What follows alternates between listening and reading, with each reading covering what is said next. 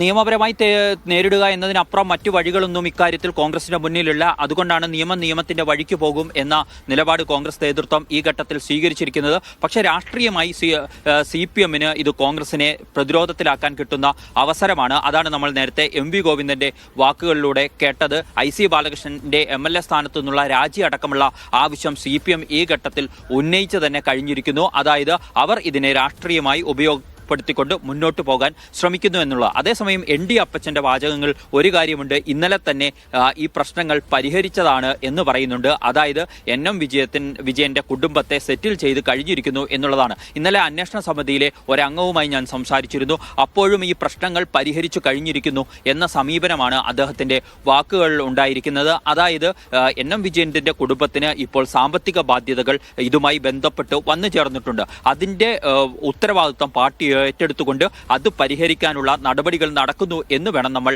അതിൽ നിന്നും വായിച്ചെടുക്കാൻ.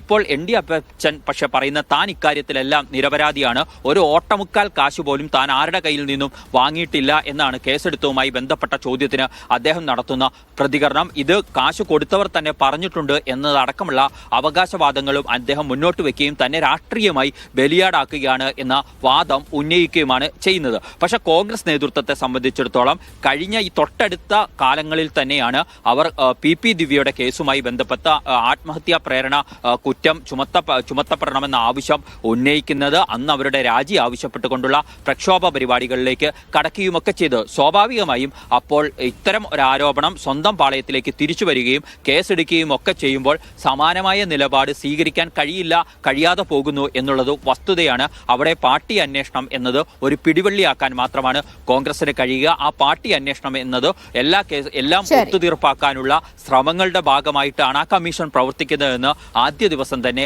അവർ NM വിജയന്റെ കുടുംബത്തെ സന്ദർശിച്ചതിന് ശേഷം നടത്തിയ പ്രതികരണങ്ങളിൽ നിന്നുമൊക്കെ വ്യക്തവുമാണ്. ദിവ്യ.